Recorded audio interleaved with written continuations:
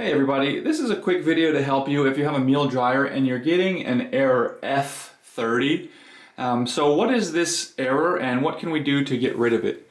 So first of all, the F30 error, what is it? So this is some kind of error coming from the door contact that it's receiving, that the dryer is receiving.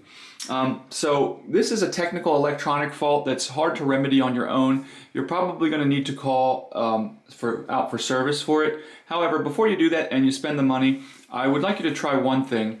And that one thing is to just do a hard reset on your machine to see if that will clear out the error and keep it from coming back.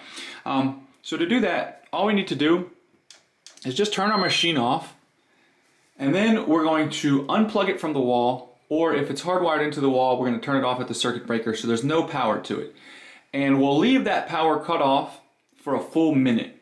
After that minute is up, we can come back and turn our machine back on and try to run a cycle and see if that doesn't clear it out.